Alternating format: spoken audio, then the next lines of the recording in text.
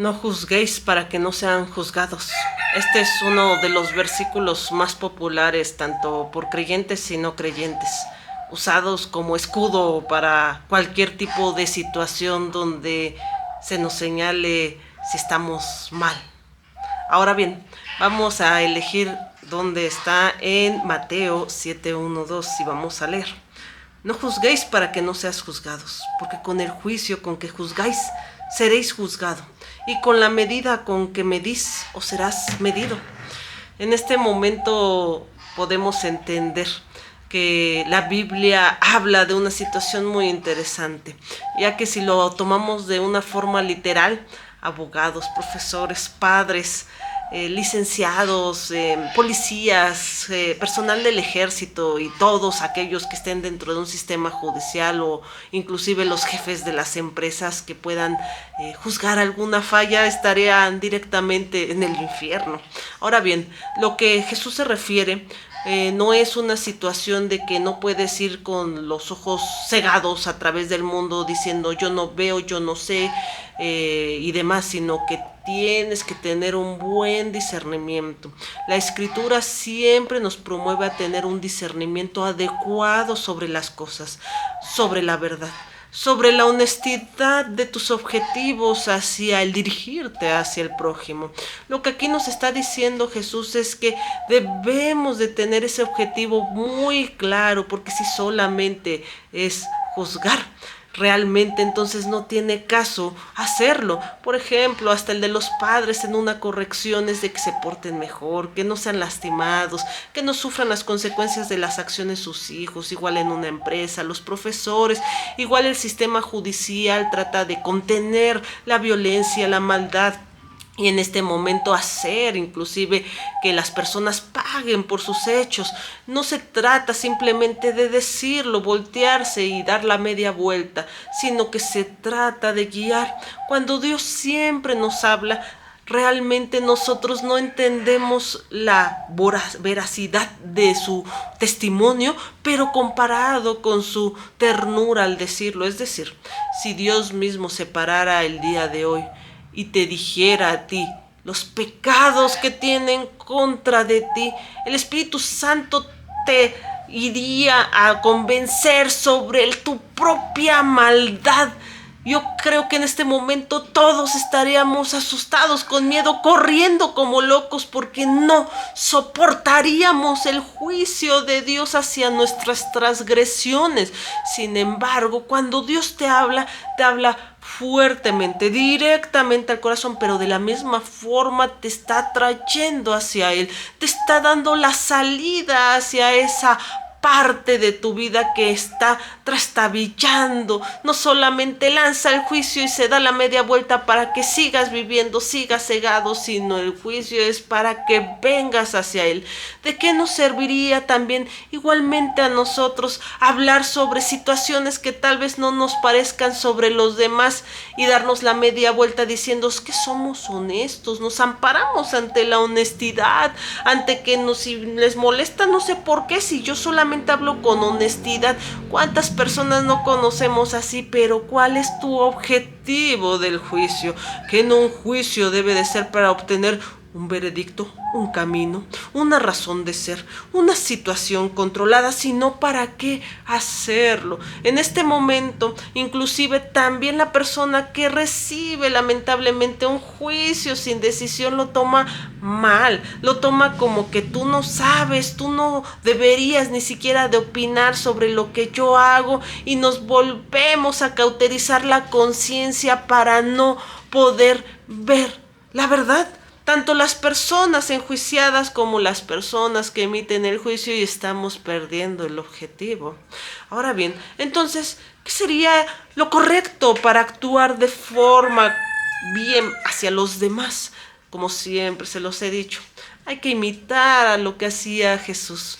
Jesús siempre actuó con humildad, con misericordia y con amor para todos, con un amor desmedido que Él sabe que cambia a las personas.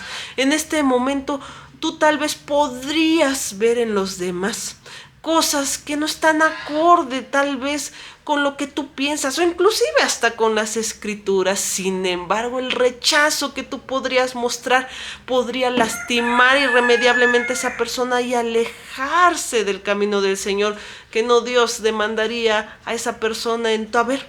Entonces, ¿qué es lo que debemos de hacer? Si Dios no ha hecho nada por ti, de la misma forma entonces creerás que no lo puede hacer por los demás. Lo que debemos de hacer es reconocer el problema de la persona, y el verdadero problema no es su alcoholismo, no son sus vicios, no es su carácter desbordado, no son todas esas cosas que son consecuencias de estar alejados de Dios. Si nosotros estamos cerca de las personas, lo que debemos de hacer es dejar de hablar por Dios y hablarles más de Él, para que esas personas entren en contacto con Dios. Dios sea el que les redarguya sobre sí mismo, sobre el camino adecuado, y cambie el camino de esa persona.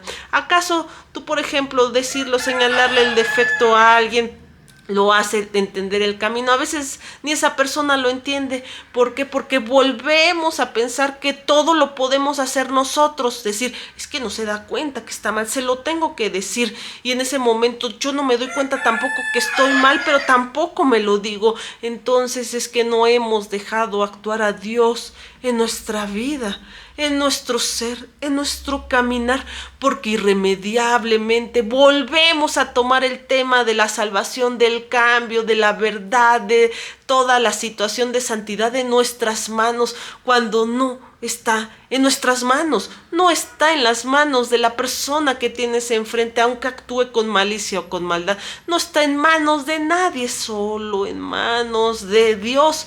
Y en el momento que entendamos eso, ahora sí podremos actuar con amor hacia los demás, podremos tener un juicio justo sobre el verdadero problema, no las consecuencias. Sobre lo que vemos, el verdadero problema es estar alejados de Dios, y cuando encontremos el verdadero problema podremos inclusive otorgar ese camino, pero si nosotros no lo sabemos, ¿cómo podremos guiarlos a los demás?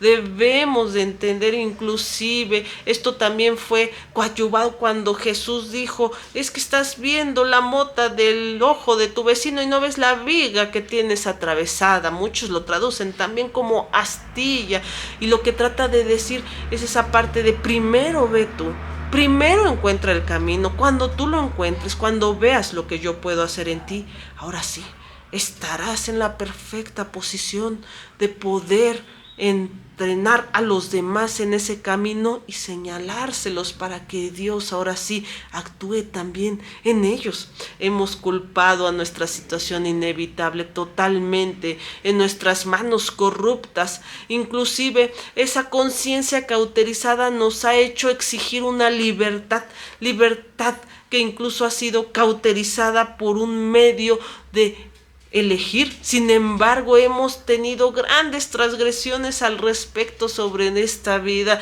y lo que hacemos es simplemente admitir. ¿Cuántas veces no hemos pasado en la calle y vemos a una persona necesitada o en situación de calle y pasa a ser como un mueble donde mi conciencia ya no me lo pide? Una mascota, un perrito, un gato donde está pues a lo mejor con hambre, sufriendo de frío y demás, y simplemente me paso de largo porque es problema de alguien más, porque no importa, porque eso ya pasó a ser otra parte, y cauterizamos nuestra conciencia al grado de volvernos ciegos en este mundo. Nos volvemos a la mentira, y ahí es cuando el enemigo nos ataca, nos flagela, nos rompe, y cuando estamos en mil pedazos tenemos dos opciones: o caemos en sus garras o clamamos al Señor por libertad, por esa libertad que creíamos tener y no teníamos. No lo olviden, la primera carta siempre debe de ser el amor. No se trata de que dejes de pensar sobre las cosas, se trata de tener un discernimiento adecuado de las mismas. Si tú juzgaras a tu hermano con una conciencia sincera y objetiva, te darías cuenta que no son sus problemas superficiales, sino es la lejanía de Dios, de Él. Ahora bien, acércaselo, preséntaselo, y que Dios haga el resto. En ese momento entonces sí podemos tener un juicio adecuado, un discernimiento correcto. No lo olviden, Dios los ama mucho. Él quiere que sepan ustedes la verdad. Lean las escrituras diario, oren diario. No necesitan esperar a un momento específico a ir a la iglesia. Pueden platicar con Él a cada momento. Desnudar el alma frente al Creador hace justamente que nosotros tengamos esa cercanía con Él, porque Él ya lo sabe. Así que no tardemos mucho en ir hacia Él. Nos perdemos de grandes cosas tratando de siempre manejar todo en nuestras manos y dejándoselo a los demás. También manejarla en las suyas cuando tenemos al gran intercesor, al gran poder de nuestra mano, a la libertad, a la luz, a la vida, al camino, a la puerta, y lo podemos tener hoy en este mundo. Dios los bendiga.